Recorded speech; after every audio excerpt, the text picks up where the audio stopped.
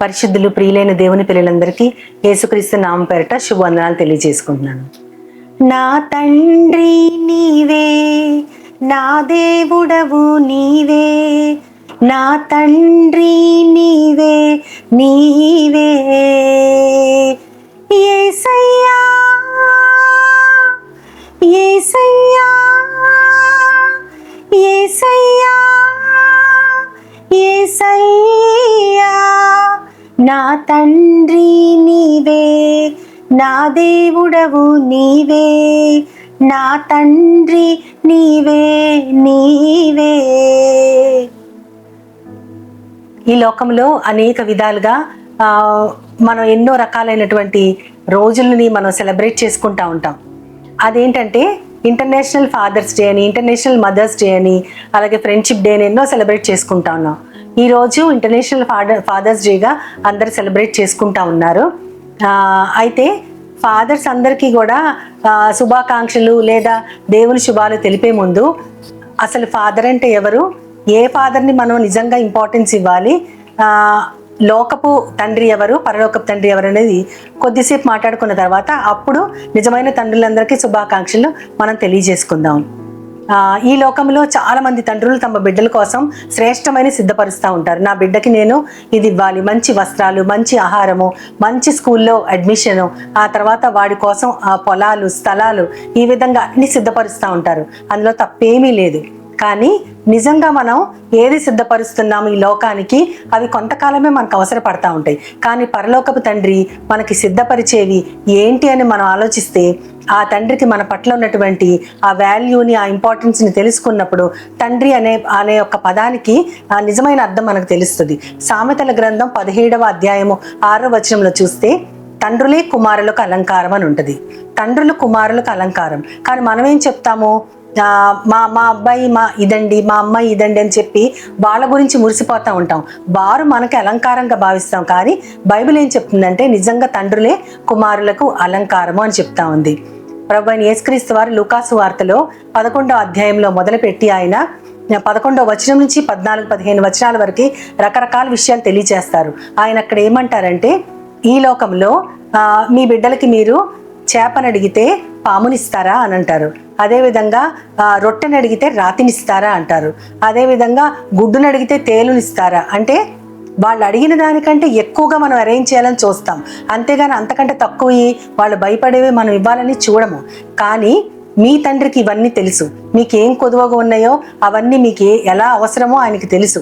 కాబట్టి ఆయన అంతకంటే గొప్పది మీకు ఇస్తారు. అదేంటంటే పరిశుద్ధాత్మను ఆయన మీకు అనుగ్రహిస్తారు అని తండ్రి అయిన యేసుక్రీస్తు వారు చెప్తా ఉంటారు. తన తండ్రి మీరు ఎక్కువగా ఫలించడం వలన ఆయన ఎక్కువగా మహింపరచబడతాడని కూడా ఆయన చెప్తారు. అంటే ఇక్కడ ఈ లోకపు తండ్రులైతే ఈ లోకపు విధానాలలో ఏది శ్రేష్టమో శరీర రీతిగా అది అరేంజ్ చేస్తూ ఉంటారు. ఇంకా బైబిల్ మనకు అనేకమైన తండ్రులను చూపిస్తూ ఉంటారు. విశ్వాసులకు తండ్రిగా నీతిమంతుడుగా అబ్రహాముని మనం చెప్పుకుంటాం. ఆయన తెలియని ఊరు నుంచి విగ్రహారాధికుడు అయినా సరే ఆయనని దేవుడు పిలిచినప్పుడు ఆ పిలుపుకు లోబడి వచ్చాడు.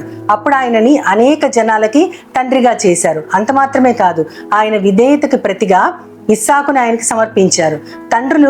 బిడ్డలు తండ్రుల్ని ఖచ్చితంగా అనుకరిస్తారు. యేసుక్రీస్తు వారు కూడా చెప్తారు కదా, తండ్రి ఏం చేస్తాడో కుమారుడైన నేను కూడా అదే చేస్తాను, తండ్రికి వేరుగా ఉండి నేనేమి చేయను అని కూడా ఆయన చెప్తారు. అదేవిధంగా తన తండ్రి అంటే ఇస్సాకు తండ్రి అయిన అబ్రహాము ఏ విధంగా తన తండ్రికి, పరలోకపు తండ్రికి లోబడ్డాడో అంతకంటే ఎక్కువగా ఈ లోకంలో మనందరం అనుసరించాల్సింది ఇస్సాకుని. ఆ ఇస్సాకుని బలిగా కట్టెలపైన పేరుస్తూ దహన బలిగా అర్పించడానికి సిద్ధపడినప్పుడు మారు మాట్లాడకుండా ఆ తండ్రికి విధేయుడయ్యాడు. అది నిజమైన తండ్రికి, ఈ లోకపు తండ్రికి విధేయుడవటం అంటే.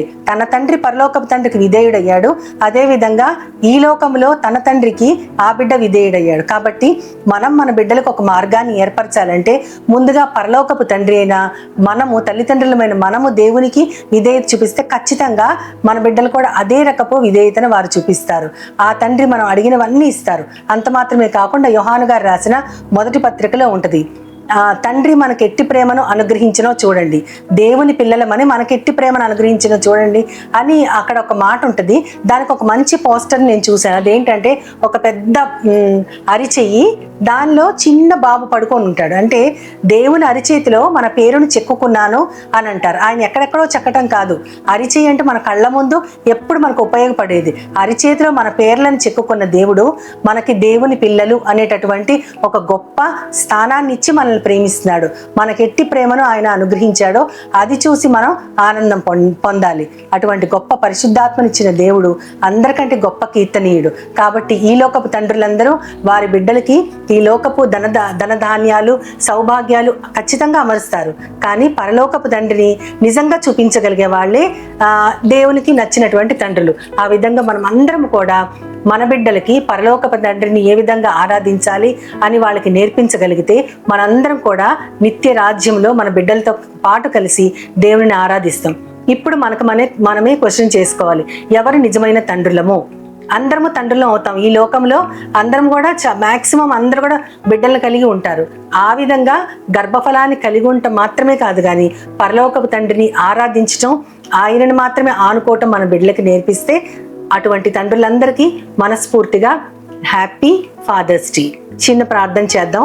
పరలోకపు తండ్రిని మన మనసులో చేర్చుకొని మన బిడ్డలకు కూడా ఆ తండ్రిని అందివ్వటానికి ఆయన మనకి సరి అయిన జ్ఞానాన్ని ఇవ్వగలిగేటట్లు మనం దేవుని సహాయాన్ని వేడుకుందాం. ప్రేమ నమ్మకం గల నా ప్రియ పరమ తండ్రి, ఈ రోజు లోకమంతా కూడా ఫాదర్స్ డేగా సెలబ్రేట్ చేసుకుంటూ ఉంటారు. ప్రభువా, మాకందరికీ కూడా పరమ తండ్రి నువ్వే నాయన. నువ్వు నీ కుమారుణ్ణి మా కోసం సమర్పించావు తండ్రి. అట్టి గొప్ప ప్రేమను నువ్వు మాకు అనుగ్రహించినప్పుడు మాకు ఏది ఈ లోకంలో కొదువ లేకుండా చూస్తావు ప్రభువా. నాయన, మేము ఈ లోకపు తండ్రులుగా మా బిడ్డలకి పరలోకపు తండ్రిని అందించగలిగేలాగా, ఆయనే ఉత్తములని రుచి చూడగలిగేలాగా మేమందరం ఆ మార్గాన్ని వారికి సిద్ధపరచగలుగునట్లు మమ్మల్ని అందరిని నడిపించమని నీ ప్రియకుమారుడు నా ప్రియ ప్రభువైన యేసుక్రీస్తు ద్వారా కోరి ప్రార్థిస్తున్నాను పరమ తండ్రి. ఆమేన్, ఆమేన్, ఆమేన్.